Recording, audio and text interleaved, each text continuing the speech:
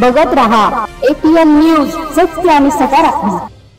कंधार तालुक्यातील गुंटूर तांडा घुबडवाडी येथे शेतकरी देवीदास किशन पवार या शेतकऱ्याची जमीन अवैध सावकारी करणाऱ्याने हडप करण्याच्या उद्देशाने खोट्या कागदपत्राच्या आधारे फेरफार केला आहे। चुकीच्या पद्धतीने करण्यात आलेला फेरफार रद्द करण्याच्या मागणीसाठी देवीदास किशन पवार या शेतकऱ्याने जिल्हाधिकाऱ्यांना रविवार दिनांक 15 डिसेंबर 2024 रोजी आत्मदहन करण्याचा इशारा दिला आहे। APN न्यूज साठी ब्युरो चीफ सुरेश राठोड।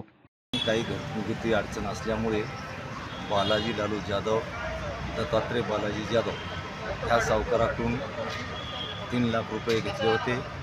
आमच्या मुलाकडून त्याने बाउंड पेपर घेतलं आणि त्याला खोटे संमतीपत्र बनवून आमच्याकडून 2-2 लाख रुपये 2019-2020 मध्ये 4 लाख रुपये परत देत असताना त्यानं संमतीपत्रावर त्यानं फेर लावून घेतले, आम्हाला भन्नून केले। आमच्यावर हे अन्याय झालं। कुठलंच मारा नसताना पोलीस अधिकाऱ्यानं पंचनामे खोटे देऊन तहसीलदार साहेबांना पत्र दिले आणि तहसीलदार साहेबांना आमच्यावर 145 करून भन्नून केली। आमची सोयाबीन जेवढी पेरणी झाली आम्ही पेरणी केली ते पेरणीचे नुकसान झाले। 25 क्विंटल सोयाबीन आज शेतात पांढरी शिपट झालेली आहे झडून। आमच्यावर एवढा अन्याय झालेला आहे सर।